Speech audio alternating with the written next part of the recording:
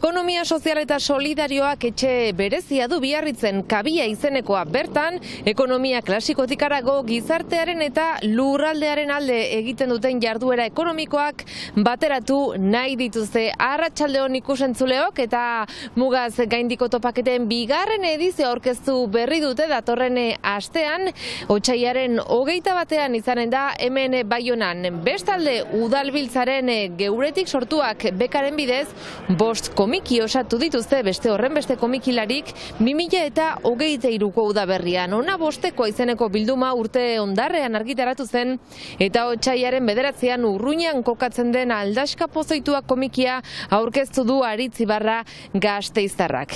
Asteragoaz!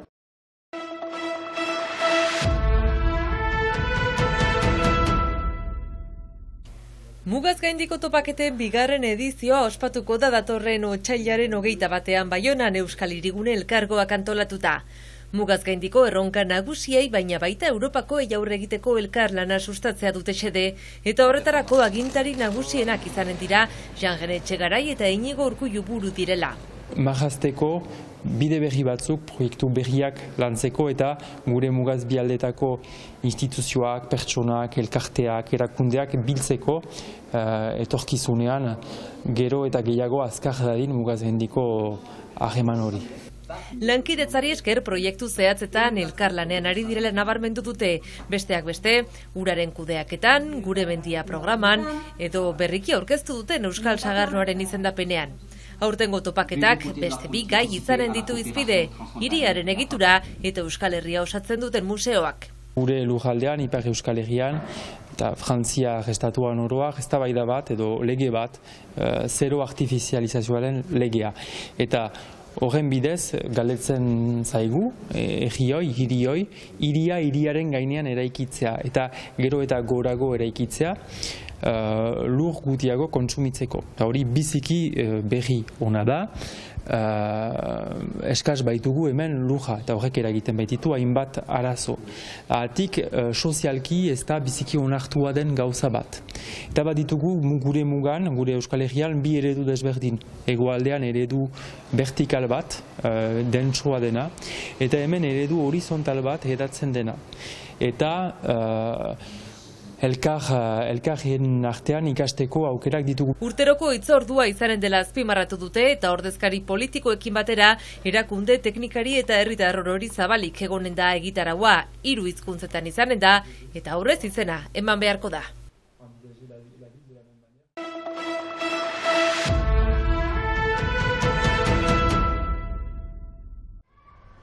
Ekonomia sozial eta solidarioa gero eta gehiago entzuten den kontzeptua da.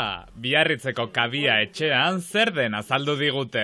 Elle est très diverse. Déjà, c'est effectivement une économie qui peut toucher à des domaines très variés. Ekonomia sozial eta solidarioak gizartea ingurumena hartzen ditu kontuan, biziki anitza da eta funtsean da jarduera ekonomiko bati zentzu sozial bat ematea, lurraldearentzat ona izan dadin. Sur le territoire donné. Sektore zabal hori egituratu nahian sortu zuten Kabia etxea, kostaldeko hirian. Kabia, ça veut dire le nid en basque. Donc, comme tout nid, on y accueille...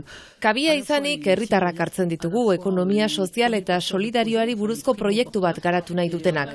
Gure helburua da sentsibilizatzea eta peatoki edo plataforma bat antolatzea Ipar Euskal Herriarentzat. Ezagutzera emateko zein diren ekonomia mota honetan ari diren 1300 egiturak eta 13.000 langileak.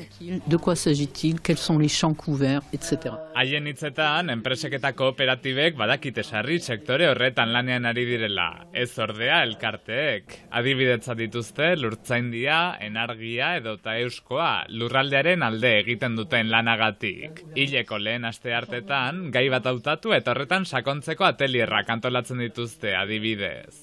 Déjà, c'est d'avoir un lieu un peu en référence et ressources. Donc l'idée, c'est de se faire connaître. Erreferentzia eta baliabideak lortzeko tokitzat dugu Kabia, proiektuak partekatzeko, baita bertze eragileak ezagutzeko ere, Ekitaldiak ere antolatzen ditugu eta eskoletan ere bagara, gazteak uler dezaten bertze eskema ekonomikoak ere badirela.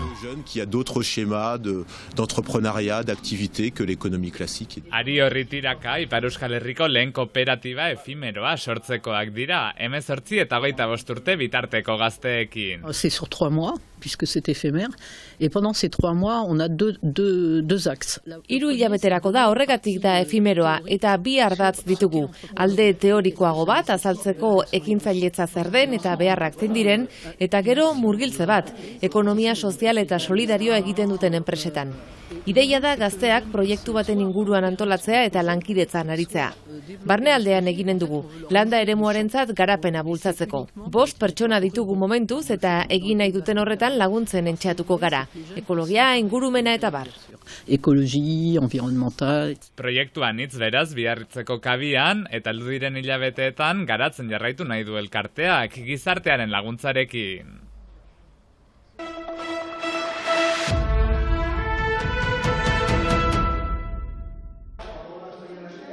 Udalbiltzaren geuretik sortuak bekaren bidez, 5 komiki osatu dituzte beste horren beste komikilarik 2023ko udaberrian. Lana urte ondarrean argitaratu zen eta otsailaren 9an proiektuan parte hartu duen Urruñan aurkeztu dute. Una bostekoa da, komikilari bakoitzak egokitu zaizkion herriko etxeetan osatu dugun komikiak. Eta bostak biltzen dira liburu honetan. Gai oso ezberdinak dira, batzuk ja aldez aurretik prestatua geneukan eta beste batzuk herrietan bertan sortu dute. Orduan oso gai ezberdinak, ez daukate beraien artean harremanik. Orduan, oso polita geratu da eta oso ezberdina. Oso anitza eta oso bitxia eta oso polita. Makin, Unai Gaztelumendi, Einaut Aiartzauena, Kote Kamatxo eta Aritz Ibarra bera izan dira 5 sortzaileak. Eta gasteiztarrak Urruña zara bera eta lesakan kokatu du aldazka pozoituak izeneko lana. Lehen mundu gerrak iparraldean eukizuen eraginari buruztua. Udalbiltzak jarri ninduen harremanetan herriko etxe batzuekin, hau da Urruña, Sara, bera eta lesaka. Eta bertan kokatu behar nuen historia. Eta hori baliatu dut, kontatzeko bai iparraldeko biztanleek bizitako sufrimendua, gerran eta nola ere asko kies egin zuten frontetik eta beran eta lesakan aritu ziren. Norazoaz eskual semea, arma hori eskutan. Gerra honen suposatu zuen sarraski izugarria, bai fisikoa eta bai ideologikoa. Hau da, fisikoa milaka hil zirelako, milaka zauritu, eta ideologikoa frantseste izugarria eragin zuelako bertako biztanlerian. Euskal Herriko historia eta honen eratzea funtsezkoa dela pentsatzen du Ibarrak. Hori da bere lan edo jardueraren xedea. Gorde edo ahaztua dagoen hori argitara emateko. Dantzia edo ezagutzen duguna, baina beste batzuen ikuspegitik, ez? Adibidez, gertakari hau lehen mundu gerra ezagutzen dugu oso ezaguna iparraldean, baina batez ere frantsesen ikuspegitik. Eta badago beharra, bekak berak dioen bezala, guretik sortuak, guretik hausnartzeko eta ezagutarazteko. Bai hau eta beste 1000 gertakari. Eta bere lana ezagutu edo deskubritzeko 5 ilustratzaileen lanarekin osatutako erakusketa ikusgai egongo da otsailaren 16 bitartean Urruñako postagelan. Eta ona bostekoa argitalpena bera eskuratzeko liburu denda gehienetan izango da aukera. Eskuara baizik etzakiten aie. Hilabete falta da 2024ko korrika abiatzeko.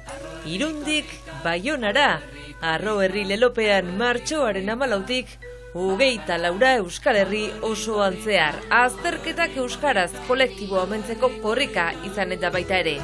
Basoa eta brebeta euskaraz egiteko 3 hamarkadan baino gehiagotan borrokan aritu eta ari diren ikasleak hain zuzen.